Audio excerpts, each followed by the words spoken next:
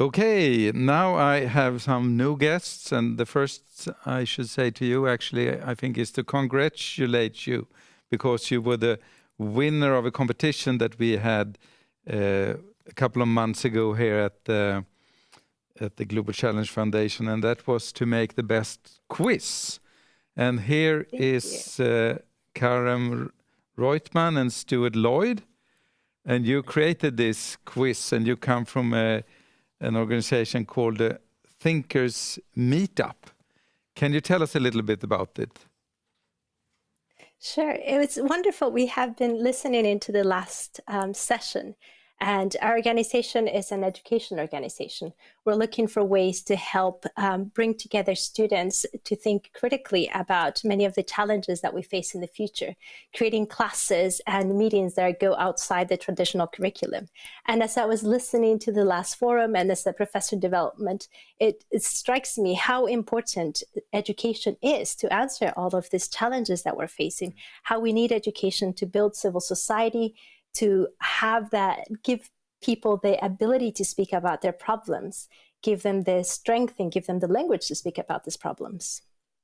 Okay, so may I ask you, Stuart, how are you using these quiz? How are we using the quiz? Well, the quiz is about education in order to sort of make the world a better place. And when I was researching the quiz, I realized a lot of surprising things about the effects of education and how powerful it could be. So, for example, there's a question about how educating girls is one of the major ways of reducing climate change, because more educated girls means they have higher wages, and also they may have fewer children as well, and that leads to less of an effect of climate change, on top of all the great benefits of educating girls as well, which is brilliant. So we've had so there's lots of other aspects of the effects of education and how it can improve the lives of everybody and improve everything, basically.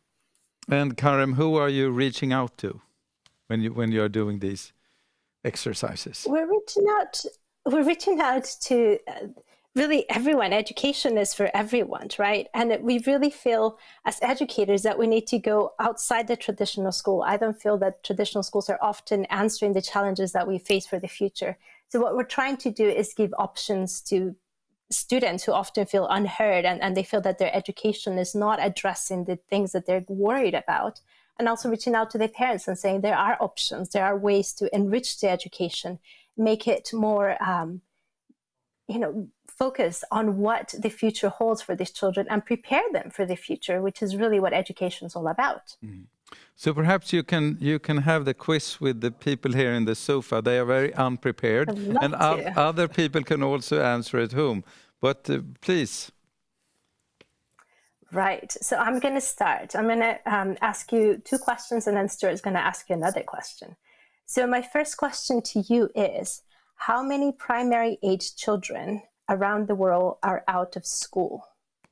Should I give you options, or primary age, and what ages are that now? So from 5 years old to about 11 years old. Okay, I think you should give us a suggestion, or 3. Right. Let's give you a few suggestions. So you think it's let's give you at least 2. So 5 million children, 15 million children, 59 million children, or 590 million children. And we should note that the statistics we use were collected before the pandemic. So it's likely that these numbers are not true anymore, because sadly the pandemic has affected so many children. So there were the 3 choices. Can we have them again? Let's do that again. So let's do 3 choices. So 5 million, 15 million, or 59 million. Okay, so I'm going to turn to the sofa here. Pelle, what do you say? I think 59 million, I'm guessing. 59 also. Yeah. They agree on 59. Right, and they are correct. So that means that before the pandemic, we had almost 10% of children in the world outside of any system of education. Yeah. And of course, we sadly expect that to have worsened. And we know that these are children that we can account for. There's also many children that we have not accounted for. Mm. So my second question to you is, how many countries have reached gender parity in their education? Let's look at primary education. Mm. So the options are 90% of countries, 66% of countries, or 74% of countries.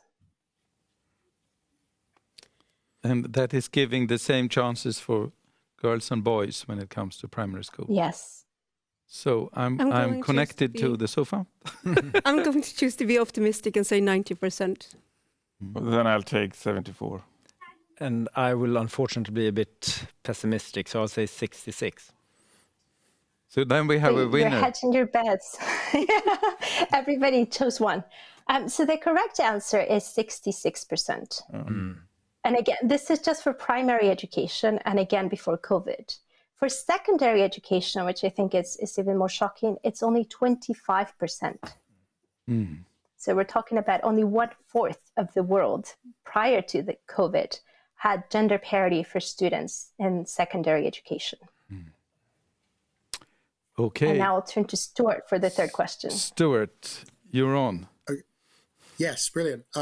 So here's the question. According to Project Drawdown, roughly how many gigatons of carbon will be reduced or sequestered if education for girls and family planning is improved?